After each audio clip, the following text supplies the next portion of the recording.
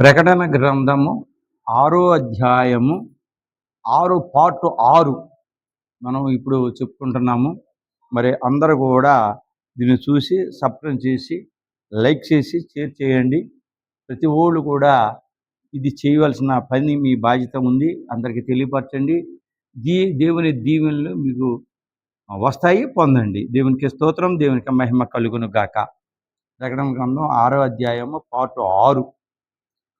ప్రభువు 6వ ముద్ర ఇప్పగానే పెద్ద భూకంపము కలిగినది. ప్రభువు 6వ ముద్ర ఇప్పగానే పెద్ద, ఎప్పుడు ఎన్నడూ జరగలేని భూకంపము అక్కడ జరిగింది. ఈ ముద్ర ఇప్పినప్పుడు జరిగిన భూకంపము సామాన్యమైనది కాదు, కానీ మహా గొప్పది. ఏనాడు ఎప్పుడు భూకంపము జరగలేదు. భూకంపము స్కేల్ మీద కొలిసినప్పుడు 7.5 అంటేనే చాలా ఎక్కువ. బిల్డింగ్లు పడిపోవటం, రకరకాలుగా ప్రాణ నష్టం జరగటం, చెట్టు పడిపోవటం, ఇవన్నీ జరుగుద్ది. కానీ భూమి మీద ఎన్నడూ జరగలేని భూకంపము 6వ ముద్ర ఇప్పగానే భూకంపము జరిగింది. లంకలు జరిగెను, భూమిపై కొండలు అదిరెను. 7 ఏళ్ల శ్రమకాలంలో జరిగే సంఘటనలు ఇవి. లంకలన్నీ కదిలిపోయినాయి, కొండలు కదిలిపోతున్నాయి భూకంపము దెబ్బకి. శిక్షలు ఎక్కువగా కొలది ప్రజలు మారు మనసు పొందుతున్నారు. అక్కడ శిక్షలు ఎందుకు పొందుతున్నారు? మారు మనసు లేదు. ఎవరో దేవతలు అంటున్నారు, ఏదో గొప్ప అంటున్నారు. ఇప్పుడు ఇక్కడ కనబడతలేదు. దిక్కు ఒక్కడే, అతను దేవుడు, యేసు ప్రభు దిక్కు. శిక్ష పెట్టకపోతే అక్కడ మారు మనసు కనబడడం లేదు. ఇప్పుడు ఘోషించి ఎన్నో చెప్తున్నా కూడా ఎవరూ నమ్మడం లేదు. అసలు హాస్పిటల్తో మన సంఘానికి పని లేదు అంటున్నా నేనైతే. దేవుడు మనకు గొప్పవాడు. 2025 సంవత్సరం క్రితం అయితే గొప్ప పనులు 12 మంది శిష్యులు యేసు ప్రభు చేశాడో, ఈ రోజును కూడా అదే చేస్తూ ఉన్నారు. కానీ అతనికి కావలసింది డబ్బులు కాదు, మన హృదయం, మన ప్రార్థన, మన కన్నీరు సరిపోతుంది. అది చేయరు. ఏదైనా చిన్న విషయం అయితే పరుగులు తీస్తారు హాస్పిటల్కి. శిక్షలు ఎక్కువ అవుతున్నది. ఎక్కువ అయితేనే అక్కడ మారు మనసు పొందటానికి ఆస్కారం అన్నది యేసు ప్రభువుకు తెలుసు. 7 ఏళ్ల శ్రమలోని మొత్తం ఎంతమంది శిక్ష పడి మారు మనసు పొందుతారో ఈ లెక్కలు దేవునికి తెలుసు. అంతమంది మారాలి. అక్కడ భూమండలము మారుచున్నది. భూమి మీద ఉన్న జనమందరూ కూడా మారు మనసు పొందాలి. అతని ఆశ. ప్రజల్లో మార్పు, ప్రజల్లో కూడా మార్పు రావాలి. భూమండలంలో మార్పు, ఈ భూమి మీద ఉన్న జనమందరిలో కూడా మార్పు రావాలి. ఈ దినము ప్రజల్లో కఠినమగుట. ఆ 7 ఏళ్ల శ్రమలోని కఠినము. ఎందుకని కఠినము? నా భార్యని దేవుడు తీసుకెళ్ళిపోయాడు, నన్ను ఎందుకు ఉంచాడు? నా భర్తని దేవుడు తీసుకెళ్ళిపోయాడు, నన్ను ఎందుకు ఉంచాడు రాకడికి? నా బిడ్డలను తీసుకెళ్ళిపోయాడు, నన్ను ఎందుకు ఉంచారు అని గోస. తర్వాత దేవుని స్తుతించడం మాని కొంతమంది దేవుణ్ణి దూషిస్తున్నారు. నేను చేశాను కదా ప్రార్థన. ఈ రోజుల్లో కూడా అలాగే అంటున్నారు సంఘాల్లో. అయ్యో నేను ప్రార్థన చేస్తున్నానండి. ఏం చేస్తున్నావు? ఎవరికి సరిపడా ప్రార్థన చేస్తున్నావు? సంఘంలో ఉన్న మనుషులు ప్రార్థన చేస్తుందంటే సరిపోద్దా? అలాగే పాస్టర్ గారు చూస్తుండగా ప్రార్థన చేస్తే సరిపోద్దా? ఎవరికి సరిపోవాలి? తండ్రికి సరిపోవాలి, దేవునికి సరిపోవాలి ప్రార్థన. నాకు ఆ పని ఉందండి, ఈ పని ఉందండి అని చెప్పేసి ప్రార్థన చేయడం మీరు మానేరనుకోండి, దేవునికి జాలే. మీ పరిస్థితులు బట్టి యేసు ప్రభుకి జాలి, బోధకుడికి జాలి, కానీ తండ్రికి జాలి ఉండదు. తండ్రికి మాత్రం సరిపడా ప్రార్థన ఉండాలి. ఎన్నో ఎప్చెట్లో చెప్పాను, మనం ఎన్ని ప్రార్థనలు చేసినా కూడా తండ్రికి చాలదని. మన తోటి ప్రార్థన ఎవరు చేస్తున్నారు? మనకు సంబంధించిన దేవదూత మన ప్రార్థన చూసి ఆ ప్రార్థన చేసి, అయ్యా తండ్రి ఫలానా మనిషి ప్రార్థన చేసింది, ఆ ప్రార్థన మీకు చాలదు కాబట్టి ఆ ప్రార్థన నేను చూసి జాలిపడి మీకు ప్రార్థన చేస్తున్నానయ్యా అని మనకి సపోర్ట్గా ప్రార్థన చేసిన దేవదూత వెళ్ళి తండ్రితో చెప్పినప్పుడు అప్పుడు మనం ఎందుకు ప్రార్థన చేస్తున్నామన్న విధానాన్ని మనకు సమాధానం వెంటనే వస్తుంది. భూమి మార్పు చెందుట కనబడుతున్నది, కొంచెం కొంచెం మార్పు చెందుతుంది. ఏంటి? భూమి పంచభూతాలు దేవుని రాక కోసం రోజు స్తుతిస్తూ ఎదురు చూస్తుంది. కానీ మనుషులు మాత్రం ఎదురు చూడడం లేదు, స్తుతించడం లేదు, ప్రార్థించడం లేదు. దేవుడు మనిషి కొరకు భూమిని సృజించను, మనిషి కొరకే ఈ భూమిని దేవుడు సృజించాడు.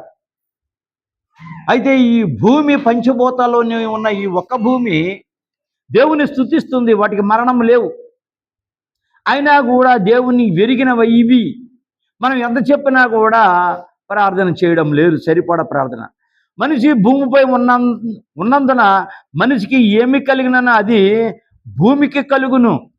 మనిషికి వేదన, బాధ కలిగినప్పుడు భూమి కూడా బాధపడుతుంది, భూమి కూడా ఏడుస్తుంది, భూమి కూడా క్షమిస్తుంది, చాలా బాధపడి దేవుణ్ణి అడుగుతుంది. అందువల్లనే మనిషి అపరాధములు చేసినందున మనిషిని బట్టి భూమియో శపించబడిను. ఎప్పుడైతే భూమికి మనిషికి సంబంధం ఉంది కనుక ఆదికాండము 3వ అధ్యాయము 17వ వచనములో రాయబడి ఉంది. మానవుడు ఎప్పుడైతే దేవుణ్ణి అతిక్రమించాడో, దేవుని మాట వినకుండా ఉన్నాడో, దేవుడు చూసి అప్పుడు సృష్టిని శపించింది. సృష్టిని శపిస్తే ప్రాణం ఉండదని భూమిని శపించింది. భూమిని శపించటం అంటే ఏదెను తోటలోని మానవుడు ఏ శ్రమ పడకుండా, ఏ కష్టపడకుండా మానవుడికి కావలసిన ఆహారం సమృద్ధిగా ఉంచారు. మానవుడు చెప్పిన మాట, దేవుడు చెప్పిన మాట వినలేదు గనక ఆదామా అంటే నేను ఇక్కడ ఉన్నాను దేవా, అవ్వమ్మ ఆదామ ఎదురుగుంచెట్ట వచ్చారు. పాపం ఎప్పుడు చేశారు? చెట్ల చాటుకి వెళ్ళిపోయారు, కచడాలు తోడుకున్నారు, ఆకులు తోడుకున్నారు. ఆదామా అంటే మాట్లాడలేదు. 3 సార్లు కాగేసేటప్పుడు ఉన్నాము, ఎక్కడున్నామో చెట్ల మధ్య, ఎందుకున్నామో, ఒంటి మీద ఏ గుడ్డలు లేదు, కచడాలు తోడుకున్నాయి. ఎవరు చెప్పారు ఇది? అప్పుడు ఈ సాతాను, పాము, పండు ఎన్ని సంభాషణలు జరుగుతూ ఉంటుంది. సృష్టి దేవునికి లోబడుతున్నది కానీ నరుడు సృష్టి కంటే గొప్పవాడై ఉండి దేవునికి లోబడటం లేదు. మానవుడు సృష్టి కంటే గొప్పవాడే అని అనుకుంటున్నాడు. నా అంత గొప్పవాడు ఎవడ లేదు అనుకుంటున్నాడు. సృష్టి అంటే ఏమిటి? పంచభూతాలు అందరికీ తెలిసిందే. ఈ పంచభూతాలకి మరణం ఉందా? లేదు. అయితే ఈ పంచభూతాలు దేవుని స్తుతిస్తున్నాయి, గణపరుస్తున్నాయి.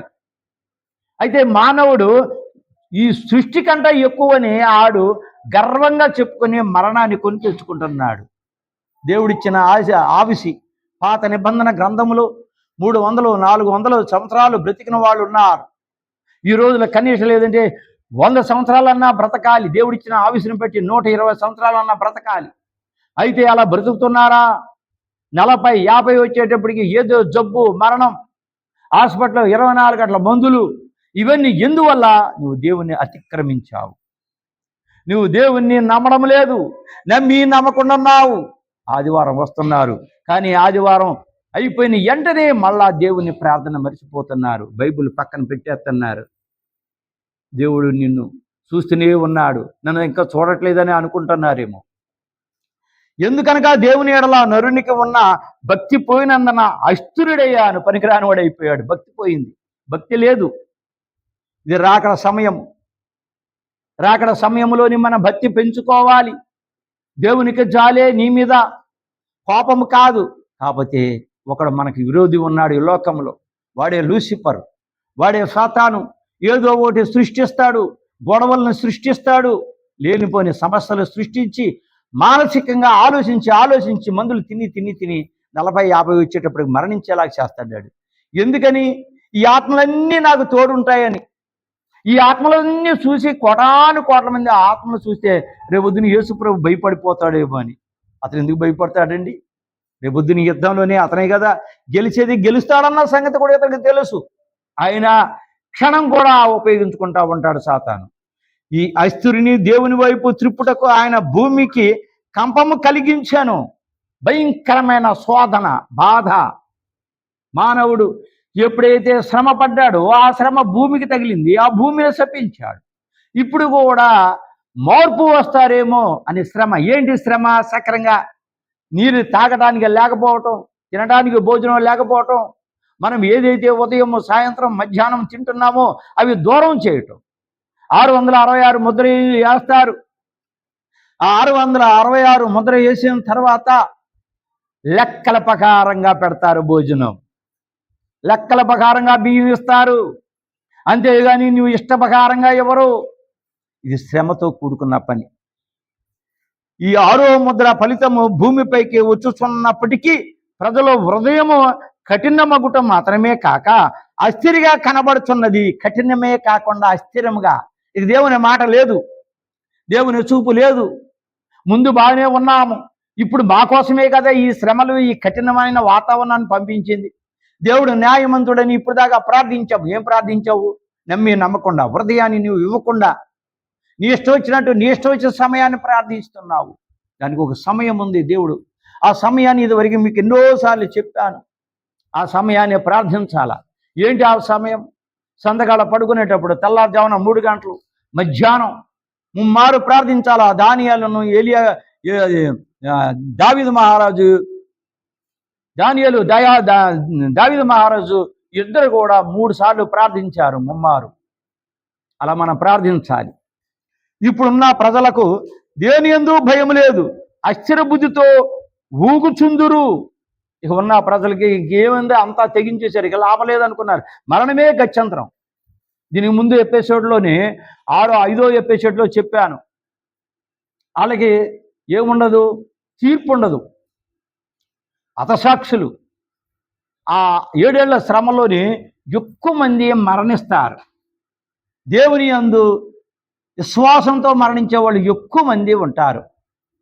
ముద్రలు జరిగినందున భూమిపై కలిగిన భయంకరమైన గందరగోళంను బట్టి, ఈ ముద్ర ఇప్పిన తర్వాత ఈ భూమిపై కలిగిన భయంకరమైన గందరగోళాన్ని బట్టి, భయంకరమైన గందరగోళం, మామూలు గందరగోళం కాదు. ఒకరికొకరు పొడుచుకుంటామంటే ఇదేమిటిది, ఎందుకు పొడిచామంటే ఊరనే పొడిచాను, మరి నిన్ను పొడుస్తున్నట్టే పొడిచాడు. ఈ రూపంగా గందరగోళాలు. మనిషి చచ్చిపోవడం ఏంటి చిన్న మాటలా? రాజ్య పరిపాలకులు ప్రజలకు స్థిమితము లేక అస్థిరులై ఉన్నారు. ఎవరు? రాజ్య పరిపాలకులు. ఎవరు? ప్రధాని, సీఎం, తర్వాత మినిస్టర్లు, ఎమ్మెల్యేలు, మున్సిపల్ చైర్మన్లు, పదవుల్లో ఉన్న వాళ్ళందరూ కూడా ఈ గందరగోళాలను చూసి వాళ్ళు మతి స్థిమితము లేక అసలు ఏం పరిపాలన చేయాలో వాళ్ళకే అర్థం ఉంటుంది. మనుషులు చచ్చిపోతుంటే వాళ్ళు ఏం పరిపాలన చేస్తారు? రక్షిస్తారంటే వాళ్ళ వల్ల అవుతుందా? దేవుని ఉగ్రత. ఆ ఉగ్రతగా మనం ఉండకుండా ముందే రాకడలోని ఎత్తబడేలాగా మనము ఈ లోకంలోని ప్రార్థన చేసుకోవాలి. రాజ్య పరిపాలనలో ప్రజలు స్థిమితం లేక అస్థిరులే ఉన్నారు, భయభ్రాంతులైపోయి ఉన్నారు. గవర్నమెంట్ వారు పాలన చేయలేకుండేను. గవర్నమెంట్ వారు నాకు ఈ పదవి కావాలి, నాకు ఈ ప్రధాన పదవి కావాలి అన్నవాళ్ళు ఇప్పుడు ఈ పదవులు ఎప్పుడు పోతాయా, ఎప్పుడు దిగిపోతామా అని భయభ్రాంతులైపోయి గడగడ గడగడ గడగడ వణిపోయే రోజులు ఉన్నాయి ముందు. మత బోధకులు ఏమీ చేయలేరు, పర్వాలేదు, ప్రభు నెమ్మది ఇవ్వగలరని చెప్పలేకపోతున్నారు. మత బోధకులు కూడా 7 ఏళ్ల శ్రమలోని మిగిలిపోతారు. నేను గొప్పవాణ్ణి అన్నవాళ్ళు వాళ్ళు కూడా మిగిలిపోతారు. అదే ఎపిసోడ్లో నేను చాలా వరకు చెప్పాను. ఈ బోధ ఎంతవరకు? నేను బోధకుడిని కాదు, ప్రపంచం మీద ఎంతోమంది గొప్ప గొప్ప బోధకులు ఉన్నారు. నీవు గొప్ప బోధకుడు అని నువ్వు ఎలా రుజువు చేసుకోవాలి అది చెప్పాను. మళ్ళా ఇప్పుడు చెబుతున్నాను. సంఘానికి కానీ మన కుటుంబం కానీ ఏదన్నా సమస్య వస్తే ఆ సమస్య రాయబారిగా యెహోషువతో చెప్పాడు, నేను 100 ఎకరాలు 50 ఎకరాలు తీసుకుంటానంటే కాదు, ప్రజలకి ఏదన్నా సమస్య వస్తే నువ్వు నన్ను ఎదుకు, రాయబారిగా ఉండు, ప్రజల్ని ఉన్న సమస్యలు నా దగ్గర పెట్టు, నీ సమస్యలు నా దగ్గర పెట్టు, నేను చెబుతాను, ఆ సమస్యలను తీర్చు అని అన్నాడు. ఈరోజు కూడా బోధకులమైన మనం ఏం చేయాలి? సంఘంలో ఉన్న ప్రజల సమస్యలు, మన కుటుంబంలో ఉన్న సమస్యలు ప్రభుని అడిగిన తర్వాత అది వెంటనే తీరాలి. అప్పుడే నువ్వు నిజమైన బోధకుడివి. నేను కరెక్ట్గా పరలోక రాజ్యానికి వెళ్ళిపోతాను, 7 ఏళ్ల శ్రమలో ఉండను అని అనుకోవాలే తప్ప నేను 100 మందిని ఉన్నారు నా సంఘము, 1000 మంది ఉన్నారు, 10,000 మంది ఉన్నారు నా సంఘము, లేకుంటే ప్రజలకి నేను దాన ధర్మాలు చేస్తున్నాను, ఇవన్నీ కూడా జీరో. నువ్వు దేవుని మాటకి తిరస్కరించకుండా దేవుని మాటని నువ్వు విని నువ్వు ఎత్తబడతావని దేవుడు చెప్పకుండా మాత్రం నువ్వు ఎత్తబడలేవు. దేవునికి రాయబారిగా ఉండకపోతే నువ్వు మిగిలిపోతావు. మత బోధకులు ఏమీ చేయలేరు. భూమి మీద మత బోధకులు ఉండిపోతారని ఇక్కడ రాసి ఉంది. పర్వాలేదు, ప్రభు నెమ్మది ఇవ్వగలరని చెప్పలేకపోతున్నారు. అసలు నీకే దిక్కు లేదు కదా, ఇంకా ప్రజలకి ఏం చెప్తావు? ఏం చెప్పలేము మనం. ఈరోజు దేవుణ్ణి అడిగి మనం తెలుసుకోలేకపోతే, రాయబారి అవ్వకపోతే సంఘం పెరుగుతుందా లేదా, ప్రజలు పెరుగుతున్నారా లేదా, ఇవే మనం దృష్టి, మన ఆలోచన, వాక్యం చెబుతున్నామా లేదా, ఇవన్నీ కరెక్టే. కానీ కావలసింది ఏమిటి? దేవునితో నువ్వు మాట్లాడుతున్నావా లేదా అన్న వాతావరణాన్ని అది కూడా గమనించుకొని కన్నీటితో ప్రార్థన చేసి దేవుణ్ణి అడిగితే నీతో మాట్లాడతా. ఈ రోజున లవోదిక సంఘ కాలము లాస్ట్ కాలము కాబట్టి సిద్ధంగా ఉన్నారు.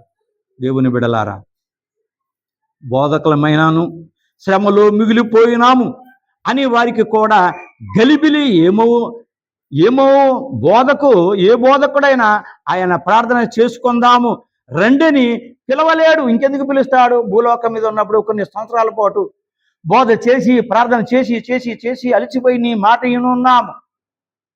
ఇక నువ్వు త్యాగేసి వెళ్ళవయా, నువ్వే కదా మాకు బోధించింది, నీలాంటి వాళ్ళే కదా బోధించింది, మీ బోధల వల్ల మేము ఎత్తబడలేకపోయాము, తప్పు చేశామనకు తీసుకెళ్ళిపోవాలి కదా అని ఎవరో రారు. పిలిచినా కూడా వీళ్ళ దగ్గరికి ఎవరు రాలేని స్థితి ఆ రోజున ఏర్పడుతుంది. వీళ్ళకే దారి లేదు, ఇంకా అలాగే దారి ఎలా ఉంటుంది? అందుకని ఇప్పుడే జాగ్రత్తగా కొన్ని సూచనలు ఉన్నాయి. ఆ సూచనలే వెనకాల ఉన్న ఎపిసోడ్లో చెప్పాను. యేసు ప్రభు ఆ రోజున భూమి మీదకి వచ్చిన తర్వాత పాత నిబంధన గ్రంథం ఇర్మియా ప్రవక్త, యెషయా ప్రవక్త, కీర్తనలు దావీదు, ఇలాగా ఆమోసు ఎన్నో ప్రవక్తలు చెప్పారు యేసు ప్రభు భూమి మీదకి వస్తారని, వచ్చిన తర్వాత సిలువ మరణం పొందుతారని అనుకున్నారు. కానీ ప్రభు వచ్చేటప్పటికి దేవుళ్ళలాగా వస్తారనుకున్నారు. మరి యెషయా గ్రంథం 53వ అధ్యాయంలో ఒక వచ్చిన అందులో క్లియర్గా యెషయా రాస్తున్నాడు. ఆరిపోయిన భూమి, చిన్న మొక్క ఎండిపోయిన భూమిలో మొలిసినట్టు ప్రభు మొలుస్తారంటే ఆహారం లేదు, తిండి లేదు, అంత పేదవాళ్ళు కుటుంబంలోనే వస్తాడన్న సంగతి ఉంది కదా. అది ఎవరిది అర్థం చేసుకోగలిగారు? ఎవరు అర్థం చేసుకోలేదు. ప్రభు గొప్పవాడు అనుకుని గొప్పగా వస్తాడని మోసపోయారు. మోసపోయి ప్రభు దగ్గరికి వచ్చి ప్రభా ఏంటి పరిస్థితి అని అడిగితే సిగ్గుచేటుగా అసలు రాకుండా మానేశారు. ఈరోజు కూడా అదే స్థితి ప్రతి బోధకులు మనకే అందుద్ది. దేవుని మహిమను మనం చూడలేకపోతే గనుక మతాల్లో గలిబిలి. ఎన్ని మతాలు ఉన్నాయి? ఇదివరకు ఉన్న మతము 365 మతాలుగా విభజించబడింది క్రైస్తవ సంఘం. ఈ రోజున వేల సంఖ్యలోకి వెళ్ళిపోయింది. ఇల్లు కాలేటప్పుడు ప్రార్థన అంటే ఎవరు వస్తారు? ఇల్లు కాలిపోయినప్పుడు ఇంటికాడ ప్రార్థన చేసుకుందారంటే ఎలా వస్తారు? రారు. అలాగే ఆ రోజుల్లో 7 ఏళ్ల శ్రమకాలంలోని పరిస్థితులు ఇలాగే ఉంటాయి. గలిబిలైపోతూ ఉంటుంది. ఓ పక్కన ఒకడు చచ్చిపోతూ ఉంటాడు, ఒక పక్క ఒక సావుకి తాను సిద్ధంగా ఉంటాడు. ఎంత గందరగోళంగా ఉంటుంది. ఆ గందరగోళంలో ప్రార్థనలు కూడా లేవు. ఒకవేళ ప్రార్థన చేసుకున్నారంటే బైబుల్ కాల్ చేస్తారు, పుస్తకాలు కాల్ చేస్తారు. ప్రార్థనలు జరగటానికి లేదు. పరిపాలన ఎవరిది? సాతానుది. 666 ముద్రలు వేసి మీరు చెప్పినట్టే వినాలంటారు. అందుకని ఆ రోజుల్లోని వాక్యం ప్రార్థనలు మనకు దొరకవు. పరలోకంలో దేవుని పరిపాలనకు భూలోకము ఒప్పుకొనందున పరలోక బోధ లోక మతాలు ఒప్పుకోలేదు గనుక మతాల్లో గలిబిలి. ఈ పరలోకంలోని దేవుడు ఉన్నాడని రెండయ్యా బోధ ప్రార్థన చేసుకుందామంటే ఈ లోకంలోనే రకరకాలుగా మత బోధకులు ఉన్నారు. మాది గొప్ప అంటే మాది గొప్ప అని చెప్పేసి చెప్పుకునే వాళ్ళు ఉన్నారు. అలాంటి వాతావరణంలోనే గలిబిలే కానీ దేవుని మాట వినేవాళ్ళు ఎవరు ఉండరు. 6 సృష్టికర్త అయిన దేవుని ఏర్పాటు అంగీకరింపగా వారు ఇష్టము వచ్చినట్టు క్రొత్త ఏర్పాటు ఏర్పరచుకునేనందున గలిబిలి కలిగినది. వాళ్ళ ఇష్టానుసార ప్రకారంగా అలా కాదు, ఇలాగ ఏర్పాటు చేద్దాము అని కొత్త ఏది ఆలోచన ఉంటే ఆ ఆలోచన ప్రకారంగా చేస్తూ ఉంటారు. అది కూడా గలిబిలే. మన శాంతి లేక గలిబిలి. 7 సైతానుకు అధికారం లేదు. అధికారం లేదు. తుఫాన్లు, భూకంపములు దేవుని పనులే. పెద్ద పెద్ద వచ్చేవి కూడా అవి దేవుని పనులే. ఎందుకంటే ఈ తుఫాన్లు, భూకంపములు సాతానికి అంత అధికారం లేదు, కానీ అవి దేవుడు తీసుకొచ్చాయి. ప్రజల్ని ఇబ్బంది పెట్టాలని కాదు, మార్పు రావాలని. మార్పు వస్తే నేను పరిగిలాగా 60% అంటే 60% నేను ఏరుకొని వెళ్ళిపోతాను కదా అని దేవుని ఆశ అని అక్కడ కొంతమంది మారుతూ ఉంటారు, కొంతమంది ఏమో రివర్స్ అయిపోతూ ఉంటారు. మారిన వాళ్ళని మారినట్టు తీసుకెళ్ళిపోతూ ఉంటారు. నరులను భయపెట్టి రక్షించుటకు దేవుడు ఇవి రానిచ్చును.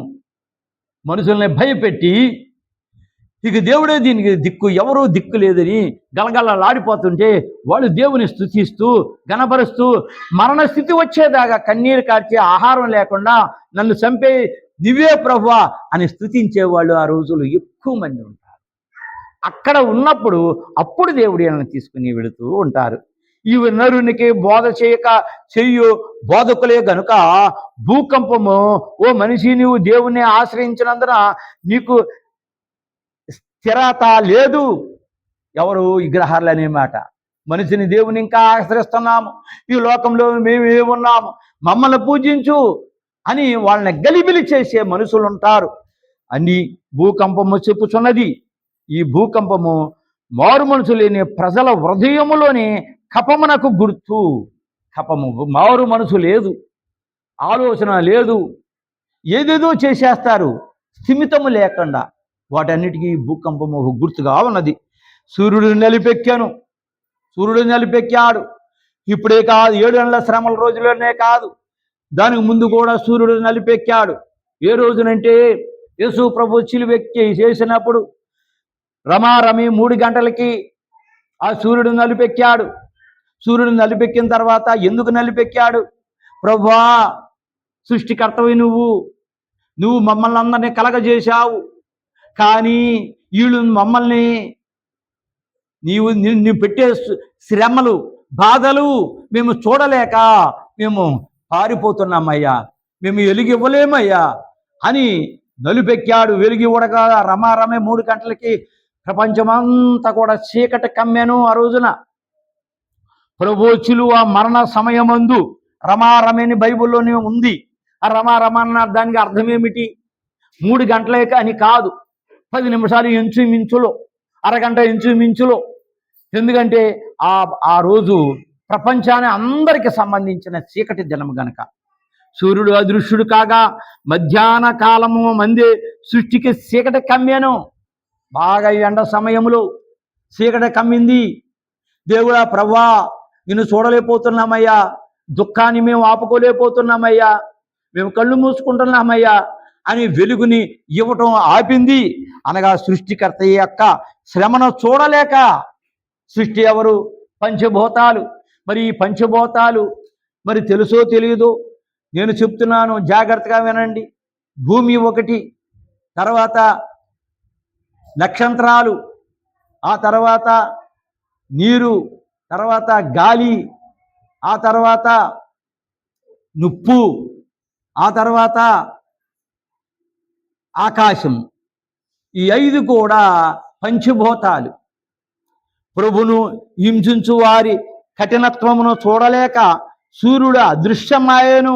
ఆ కఠినత్వం, తండ్రి వీళ్ళు ఏం చేస్తున్నారు, ఇలా క్షమించమని ఆ రోజున యేసు ప్రభు అడగపోతే భూమి మొత్తం అంతా సర్వనాశనం అయిపోను.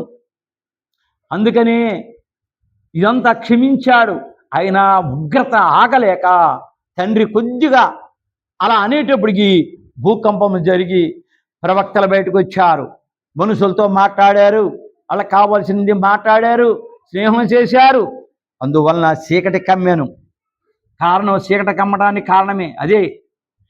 ఈ 6వ ముద్రలో సూర్యుడు నలుపాయనని ఉన్నది. అప్పుడు జరిగింది. యేసు ప్రభు మరణించే సమయంలో మళ్ళీ 6వ ముద్రలోని అదే పరిస్థితి వస్తుంది. సూర్యుడు నలుపైపోయాడు. అనగా దేవుని కృపా దీపము సృష్టి నుండి ప్రకాశించుతూనే ఉన్నది. ఫస్ట్ నుంచి చివరి వరకు కూడా ప్రకాశించుతూనే ఉన్నది. ఈ ముద్ర కాలంలో నరులు ఈ కృప కాంతిని గ్రహించని కారణం చేత మానవుడు అవిధేయత స్థితిని బట్టి సూర్యుడు నలిపేయాను. దేవుణ్ణి గ్రహించడం లేదు, దేవుణ్ణి ఆలోచించడం లేదు, ఎందుకు ఇలా జరిగిందని ఎవరు నమ్మడం లేదు. ఇప్పుడైనా నమ్ముతారేమో అని సూర్యుడు నలిపాయాడు. వెలుగు లేదు అక్కడ. అనగా కృపాజ్యోతి తీసి అనగా కృపాజ్యోతి ఎత్తి వెయ్యబడిను. ఆ వెలుగును ఎత్తివేయబడ్డారు. దేవుని కృపను తృణీకరించి మానవుడు తన స్థానమును తప్పినందున ఈ శ్రమ జరిగింది. బోధిస్తున్నాము, వింటున్నారు, బైబిల్ చదువుతున్నారు, వింటున్నారు, కానీ బోధించే బోధకులు కొంతమంది ఉన్నారు. అది ఇందాక ప్రకటన గ్రంథంలో వచ్చింది కాబట్టి నేను చెప్తున్నాను. బోధించి ప్రజలకి ఈ రీతిగా ఉండమని చెప్పేసి ప్రజలకి బోధించడమే కాదు, ఆ బోధించేటప్పుడు అది కూడా బోధకులకి వర్తిస్తుంది. బోధకులు కూడా ఆ సిద్ధాంతంలోనే ఉండాలి, లేకుంటే ఆ సిద్ధాంతాన్ని తప్పుకుంటారని బైబిల్ ప్రకటన గ్రంథం వివరంగా చెప్తుంది. ఎవరో ఒకరు తప్పుకుంటారు కదా, అలా తప్పుకోకుండా ముందే జాగ్రత్తగా ఉండమని ప్రకటన గ్రంథం బోధిస్తుంది. 65 గ్రంథాలు, 66 మొత్తం, అందులో 65 గ్రంథాలు ప్రపంచం మొత్తం బోధ అందింది. అయితే ఇది మాత్రం అందులోనే ఈ బోధ అందకపోతే ఆ బోధ కొంతవరకే అందింది కాబట్టి 0 అవుతుంది. ఇది కూడా అందాలని ప్రభు దృష్టి. సృష్టికర్త తన స్థానము తప్పినది, సృష్టి కూడా తన స్థానమును తప్పినది. ఎందువలన? నరుడు తన అవిధేయత అస్థిరత వలన తన హృదయములో కలిగిన చీకటిని బట్టి, హృదయంలో చీకటి వేయించేసింది. ఎందుకని? హృదయము దేవుని వైపు లేదు. ఎప్పుడు కూడా ఈ భూలోకమేంపు అన్యాయం అక్రమేలు ఉప్పు తలంచుచున్నాడు కనుక హృదయమంతా చీకటి కమ్మింది. కృపాదీపము హార్పి వేసుకొనిను అతని కృప హృదయంలో లేదు గనుక చీకటి కమ్మెను. ఇవన్నీ కూడా బాప్తిసం తీసుకున్న వాళ్ళు కూడా భూమి మీద ఆగిపోతారని స్పష్టంగా చెప్తుంది ఇక్కడ. పాస్టర్లే ఆగిపోతారు, బోధకులే ఆగిపోతారు అన్నప్పుడు బాప్తిసం తీసుకున్న వాళ్ళు ఆగరా? అయితే ఎందుకు ఆగుతారు? దేవుని మాటని తిరస్కరించిన వాళ్ళు, బైబిల్ని తిరస్కరించిన వాళ్ళు ఇలా ఆగిపోతారు. అందువలన సూర్యుడు నలుపాయను.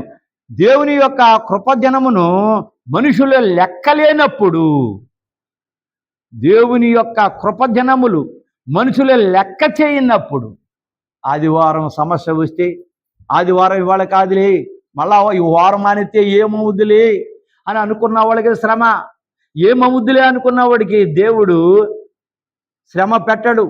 బోధకుడు ఎందుకు రాలేదని గట్టి నిలదీసి అడగలేడు. కానీ మనకి ఒక దుర్మార్గుడు ఉన్నాడు. ఆ దుర్మార్గుడు శ్రమ పెడతాడని మాత్రం మర్చిపోకండి. ఆడు కూడా బలం లేదని మర్చిపోకండి. ఆడు బలమైన వాడు, మరణము అన్నిట్లో మరణము లేని బలమైన వాడు అతను ఒక్కడే. అతన్ని మనం తప్పించుకోవాలి గనుక ఏ క్షణం మనం కాదన్నా కూడా ఇబ్బందుల పాలైపోతాము. అది క్రమముగా తగ్గిపోయి చీకటి ఎగును. చంద్రుడు రక్తవర్ణముగా మారిపోయాడు. చంద్రుడు కూడా మారిపోతున్నాడు. దుఃఖము వలన నరుల ముఖము కందిపోయి ఎర్రబడిను. దుఃఖము, బాధ, ఆలోచన మనుషులకి మొహాలన్నీ కందిపోయి ఏమయ్యారు? ఎర్రబడిను. బాధ అట్టే నరులకు కాంతినిచ్చే చంద్రునకు భూమండలం స్థితిని బట్టి విచారము కలుగు నరుల స్థితిని చూసే బాధ నొందినందున చంద్రుడి కాంతి రక్తవర్ణమాయను. భూమి మీద ప్రజలు ఏ రూపుడింగా అయితే బాధపడుతున్నారు, ఏ రూపుడింగా అయితే కన్నీరు కారుతున్నారు, ఎంతకాలం ఈ శ్రమ అని చెప్పేసి తెలియని వాళ్ళు బాధపడుతున్నారు. బాధపడి ఏడ్చి ముఖం ఏ రూపుడింగా అయితే ఎరుపెక్కిందో భూమి మీద ఉన్న ప్రజలు చూసి చంద్రుడు కూడా ఎరుపెక్కి ఇబ్బంది పడుతున్నాడు. ఇక్కడ ఎరుపెక్కాను అనగా భూమండలము స్థితిని బట్టి పరమండలము వారికి విచారము కలగ. ఇది భూలోకం మీద ఏదైతే బాధ కష్టము ఉన్నదో పరమండలము కూడా అదే స్థితిలో ఉన్నారు. అలంకార రూపంగా చెప్పబడిను. అవి ఎవరి కొరకు సృజింపబడినో ఆ నరులు దేవునిని ఎదిరించి, ఎవరైతే బాప్తిసాలు తీసుకొని ఎవరైతే దేవా అని చెప్పేసి మురుక్కుబడి చేశారో, మురుక్కున్నారో ఆ ప్రజలందరూ ఇప్పుడు తిరుగుబాటు చేస్తున్నారు. ఎందుకు తిరుగుబాటు చేస్తున్నారు? బాప్తిసం తీసుకున్న వాళ్ళు, దేవుని పూర్తిగా విశ్వసించలేని వాళ్ళు, ప్రార్థనకి రాని వాళ్ళు, వచ్చిన ప్రార్థన జీవితం కాకుండా ఇష్ట ప్రకారంగా జీవించిన వాళ్ళు, శ్రమలు వచ్చినా కూడా ఆ శ్రమ ఎందుకు వచ్చిందో అని అర్థం చేసుకోకుండా ఇంకా శ్రమల్లోనే సాతాను క్రియల్లోనే పడిపోయిన వాళ్ళు మిగిలిపోతారు. గనుక వాటి వెలుగు తగ్గిపోయాను. సుక్కలో రాలుట, పైనుంచే సుక్కలో రాలుట, ఆ కాలపు అంజూరప కాయలు రాలున్నట్లు నక్షత్రములు రాలును. గనుక సూర్యుని వలె చంద్రుని వలె ఈ నక్షత్రముల కాంతిని ఇవ్వవు. సూర్యుడు ఒకడే కాంతి ఇవ్వడం కాదు, చంద్రుడు ఒకడే కాంతి ఇవ్వడం కాదు. సుక్కలు, సూర్యుడి గంట పెద్ద సుక్కలవి. ఒక్క నక్షత్రం కానీ భూమి మీద పడితే భూమి మొత్తం అంతా పోద్దని సైంటిస్టులు ఎన్నోసార్లు మనల్ని హెచ్చరించారు. అలాగా సూర్యుడికినో నక్షత్రానికి కొన్ని కోట్ల దూరంలోనే, కిలోమీటర్ల దూరంలోనే ఉంటాయి అవి. అవి కూడా అంజూరపు కాయలు రాలున్నట్టు నక్షత్రములో రాలును. అంజూరపు కాయలు, అక్కడ అంజూరపు కాయలు ఎక్కువ ఉంటాయి కాబట్టి వాటిని పోల్చారు. అలా రాలిపోతూ ఉంటాయి. ఆ నక్షత్రాలు లేకపోతే కాంతి లేదు. సూర్యుడేమో నలుపెక్కాడు, చంద్రుడేమో ఎరుపెక్కాడు, ఆ నక్షత్రాలేవో రాలిపోతున్నాయి. ఇక మనిషికి ఏమి కావాలి? ఏముంది? చీకటే మిగిలింది. ఇంకా ముందు ఉన్న దాంట్లోనే అలాంటి చీకటిలో కోడి పిల్లంతా ఒక్కొక్క గుర్రంలాగా ఉన్న మిడతలు వస్తాయి, విషపూరితమైన మిడతలు. ఆ మిడతలు ఆ చీకటిలోనే కాటేస్తే 10 తేళ్లు కుట్టినంత బాగా. దేవుని బిడలారా, ఇవన్నీ కూడా దేవుడు చెప్పినట్టు గాజాక ఇజ్రాయేల్ జనం జరిగింది, యుద్ధం జరుగుతుందని, గాజా జరుగుద్దని క్లియర్గా జకరియా గ్రంథము 9వ అధ్యాయం 1-9 అధ్యాయంలో క్లియర్గా రాస్తుంది. ఇప్పుడు జరుగుతూనే ఉంది. దేవుని మాట ఏది కూడా ఒక్కటి కూడా మిస్ అవ్వడం లేదు, ఒక్క అక్షరం కూడా మిస్ అవ్వడం లేదు. మరి అలాంటప్పుడు ఇది 100% జరుగుద్దని నమ్మి విశ్వసించాలి. దేవుని ఆజ్ఞ కనుక గాజాకును ఇజ్రాయేల్ జనం ఇప్పుడు కూడా యుద్ధం చేసుకుంటూనే ఉన్నారు. దేవుని ఆర్డర్ కాదు గనక పాకిస్తాన్ను ఇండియా యుద్ధం చేసుకుంటే ఆగిపోయింది. గమనించాలి ప్రజలు, వినేవాళ్ళు దయించి. ఎవరు చెబుతున్నారా? మాకంటే పెద్ద బోధకుడా, మాకంటే చిన్న బోధకుడు, ఈ ఆలోచనలు కాదు. ప్రకటన గ్రంథంలో ఏముంది, ఏమి చెప్తున్నాము అనేది అదే గ్రహించండి. దేవుని ఆర్డర్ లేనిది మనుషులతోనే ఆగిపోయింది. అమెరికా అధ్యక్షుడు ట్రంప్ చెప్పేటప్పటికి మరి అది ఎంతమందిని ఎన్నో సంవత్సరాల నుంచి ఎంతోమంది చెబుతున్నారు, కానీ ఆగిందా? ఎందుకు ఆగలేదు? దేవుని ఆజ్ఞ, అది జరగాల్సిందే. గనుక సూర్యుని వలె చంద్రుని వలె నక్షత్రములు కూడా కాంతిని ఇవ్వు. నక్షత్రాలు కూడా కాంతి ఇవ్వడం మానేసింది.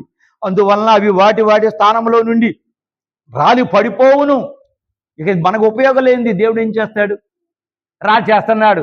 నరులకు కాంతిని ఇచ్చిన దేవుని పూజింపగా ఈ జ్యోతులను పూజించినందున నక్షత్రములు రాలిపోవును. ఈ రోజుల్లోని పొద్దున్నే లేచి ఏం కనబడుతుంది?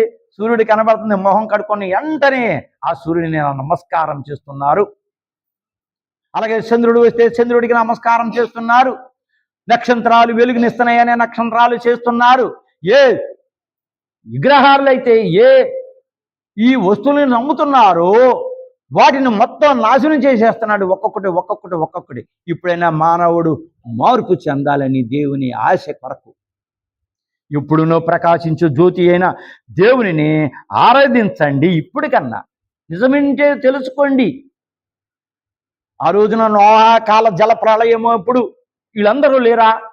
ఎవరు ఆపగలిగారు? దేవుని ఆజ్ఞ అయ్యింది. గొమొర్రా పట్టణం అప్పుడు వీళ్ళందరూ లేరా? అప్పుడు ఎవరు ఆపగలిగారు? దేవుని శక్తితోని అది జరిగిపోయింది. ఇప్పుడు గాజాకను ఇజ్రాయేల్ జరుగుతుంది. ఇప్పుడన్నా ఆపచ్చు కదా. అప్పుడు నా తాత లేదు, మా బాబు లేదు, నా ముత్తాత లేదు, ఇప్పుడు అందరూ ఉన్నారు అని అన్నవాళ్ళు ఇప్పుడు వెళ్ళి ఆపచ్చు కదా. ఆపలేరు. నిజమైన దేవుని తెలుసుకోలేరు. ఏదైనా నిజం చెప్పితే ఆడేమో మమ్మల్ని విమర్శించాడు, వాళ్ళని విమర్శించాడు, వీళ్ళు ఇది ఫైటింగ్. అంతకంటే రెండో దేవుడు లేదు. నిజాలు తెలుసుకోవాలి అని నరులకు నేర్పుట కొరకే ఇట్లు జరిగను. ఇప్పుడు నేను చెప్పిన నేర్చుకుంటానికే జరిగింది ఇవన్నీ కూడా. గనుక నక్షత్ర పూజ, చంద్రగ్రహణ వేళలో 1000 పూజ మానవలను ఇక్కడ క్లియర్గా చెబుతున్నారు. నక్షత్రాలు పూజ, చంద్రగ్రహణాలు ఇప్పుడు పూజ. పై పూజ వలన వారికి జ్ఞాన కాంతి కలగలేదు. ఈ పై పూజల వల్ల అలాగే లోతైన స్థితి లేదు గనుక దేవుని తట్టు తిరగక శిక్షకులైరి. దేవుని తట్టు తిరగక ఏమయ్యారు? శిక్షకు గురైరి. దేవునికి స్తోత్రం, దేవునికి మహిమ కలుగును గాక. ఇది అద్భుతం. ఇంకా లోనికి వెళ్ళేటప్పటికి ఇంకా ఎన్నో అద్భుతమైన కారణాలు వస్తాయి ప్రకటన గ్రంథంలోని. చాలా చాలా ఉన్నాయి. జాగ్రత్తగా వినండి, షేర్ చేయండి. తర్వాత షేర్ చేసి సబ్స్క్రైబ్ చేసి అందరూ కూడా తెలియపరిచి లైక్ చేసి లైక్ తప్పనిసరిగా చేయండి. మీకు దీవెనలు దేవుడు ఇస్తాడు. అలాగే మీరే కాకుండా ఇంకా ఉన్న ప్రజలకి వేరే భాషల్లో కూడా పంపించండి, చెప్పండి. చెప్పి దేవుడు మీకు అనుగ్రహించిన బహుమతి మీకు ఇస్తాడు. దేవునికి స్తోత్రం, దేవునికి మహిమ కలుగును గాక. ఆమెను ప్రభా ఎవరైతే షేర్ చేసి నా ప్రభా ఏరే బిడ్డలకి సమస్తానికి పంపుతారో ఆ బిడ్డలకు దీవెనలు ఇచ్చి ఆ బిడ్డల్ని నా ప్రభా దీవించి ఆశీర్వదించి కృప చూపించి దయ చూపించమని నజరేతుని యేసు నామమున బ్రతిమాలాడి అడుగుచున్నాము తండ్రి. ఆమేన్.